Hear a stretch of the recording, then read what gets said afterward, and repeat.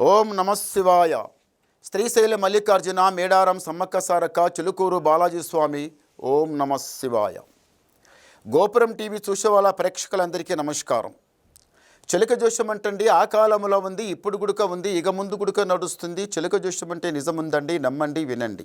కొత్త సంవత్సరం జనవరి నెల వచ్చే డిసెంబర్ వరకు ఈ కొత్త సంవత్సరం అంతా 12 రాశుల మీద, ఏ రాశి మీద శని బలం ఎంత ఉంది, ఏ రాశి మీద గురుబలం ఎంత ఉంది, మంచి వింత, చెడు వింత, లాభం ఎంత, లుక్సాన్ ఎంత చెప్తా వినండి.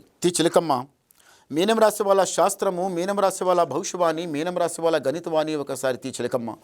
మీనం రాశి వాళ్ళ శాస్త్రం ఎట్లా ఉంది, మీనం రాశి వాళ్ళ భవిష్యవాణి ఎట్లా ఉంది?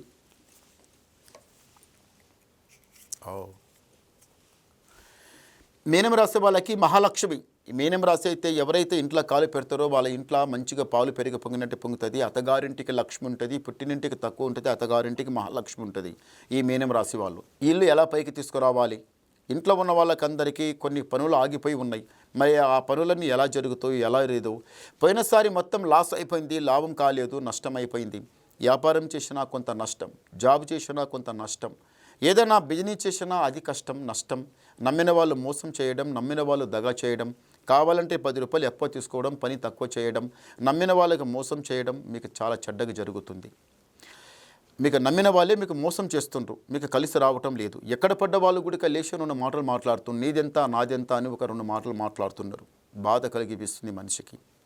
ఇంతవరకు బిజినెస్ చేసి మంచిగా 4 రాళ్ళు సంపాదించుకుంటే తర్వాత ఇంకా బాధపడుతుంది, కష్టపోతే కదా. ఇప్పటికైనా ఒక లాభమా లుక్సానా, మళ్ళీ ఎండ్లైనా వెళ్ళాలనుకుంటున్నావు, ఎండ్ల వెళ్ళకండి, అదే దాంట్లో వెళ్ళండి. నీకు మంచి కలిసి వస్తుంది, మంచి లాభం అవుతుంది. కష్టాలు నష్టాలు చిక్కులు చికాకులు అన్నీ దూరం అయిపోతాయి, అంత మంచి జరుగుతుంది, లాభం జరుగుతుంది. ఉన్న కష్టాలు నష్టాలన్నీ దూరం అయిపోతాయి, మంచి జరుగుతుంది. కానీ పోయినసారి 2025 లోపల కష్టపడ్డారు కదా, అలా ఉండదు. ఇప్పుడు మంచిగా ఉంటుంది. ఈ సంవత్సరం అంతా ఈ కుంభరాశి వాళ్ళకి, ఈ మీనం రాశి వాళ్ళకి చాలా బాగుంటుంది. కానీ ఈ మీనం రాశి వాళ్ళకి ఏముందంటే మాత్రం చేసే దందలా, చేసే పనిలా మంచి లాభం కలుగుతుంది, నష్టం కలగదు. కష్టాలు నష్టాలు దూరం అయిపోతాయి. ఇంటి మీద దృష్టి కన్ను చాలా చెడ్డగుంది. ఇంటికి బూడిద గుమ్మడికాయ కట్టండి, నమస్కారం చేయండి, మీ కులదేవునికి నమస్కారం చేయండి, చాలా మంచి జరుగుతుంది. మళ్ళీ ఒకటి ఏమిటంటే మాత్రం కొన్ని రోజుల నుంచి మాత్రం ఇంట్లో కళ్యాణం చేయాలనుకున్నా, పెళ్లి చేయాలనుకున్నా అది ఆగిపోతుంది. ఎందుకు ఆగిపోతుందంటే ఎవరిదైతే కళ్యాణం చేయాలనుకున్నారో వాళ్ళ మీద కొంత నాగదోషం ఉంది. అంటే ఎన్ని దోషాలు ఉంటాయి, నాగదోషం, కాలసర్ప దోషం, కుజదోషం, ఎన్నో దోషాలు ఉంటాయి. ఇలాంటి దృష్టి దరిద్రం ఈ దోషం పెట్టుకున్న తర్వాత ఏదన్నా పని చేయమిద్దామంటే కలిసి రాదు, కూడదు గుడక, కాదు గుడక.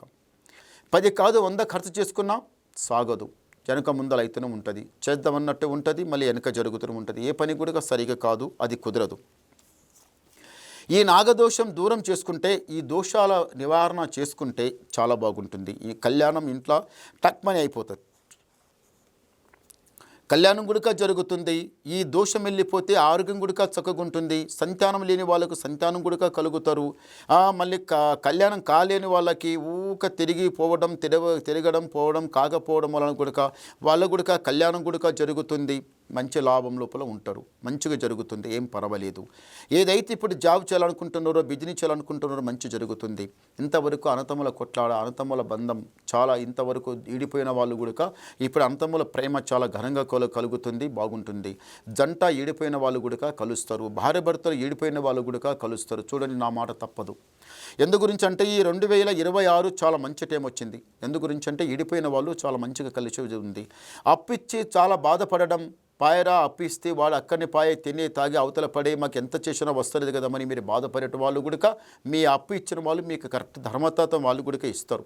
ఎలాగంటే ఇచ్చిన పైసా రుణానుబంధం రూపే నామం పశుపతి పదన అన్నారు. ఏమంటే నీవు చేసిన కష్టానికి మీరు చేసే పైసకు పైసా కూడపెట్టి ఒకరికి ఇచ్చిన తర్వాత వాడు ఎలా ముంచుతాడు? భగవంతునికి నచ్చని మాట అది కాదు. మీ అన్నం మీ ఒడిలో పడుతుంది, మీ ఇచ్చిన అప్పు మళ్ళీ మీకు తిరిగి మీ ఒడిలో పడుతుంది. మీరు ధ్యానం చేయండి.